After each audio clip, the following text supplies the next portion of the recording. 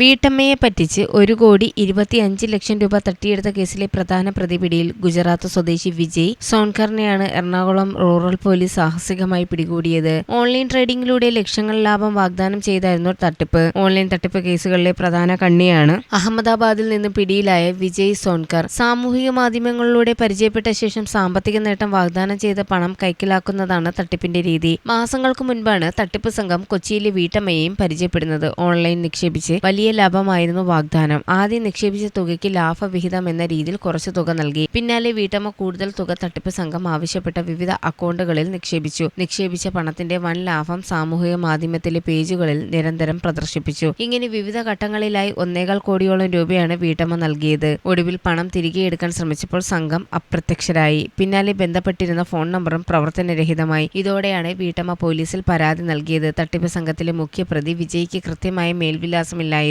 ലഭ്യമായ വിലാസത്തിൽ അഹമ്മദാബാദിലെ ഒരു ഗ്രാമത്തിൽ പോലീസ് സംഘം എത്തി. വിജയ് സോൺകർ പണിത വലിയ കെട്ടിടം കണ്ടെത്തിയെങ്കിലും പ്രതിയിലേക്ക് എത്തിയില്ല. ദിവസങ്ങൾ നീണ്ട ശ്രമങ്ങൾക്കൊടുവിൽ പ്രതി പോലീസിന്റെ വലയിൽ വീണു. VS ട്രേഡ് എന്ന വ്യാജ സ്ഥാപനമുണ്ടാക്കി GST സർട്ടിഫിക്കറ്റും ബാങ്കിൽ കറണ്ട് അക്കൗണ്ടും തുടങ്ങിയായിരുന്നു ഇയാൾ വ്യാപക തട്ടിപ്പ് നടത്തിയിരുന്നത്. കൊച്ചിയിലേതടക്കം കോടിക്കണക്കിന് രൂപയുടെ ഇടപാടാണ് ഈ അക്കൗണ്ടിൽ നിന്നും കണ്ടെത്തിയത്. News desk press Malayalam.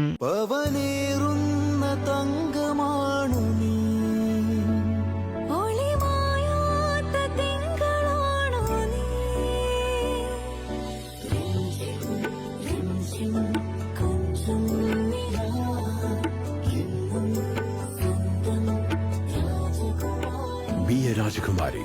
Rajakumari Gold and Diamonds. The trust of Travancore. Rajakumari.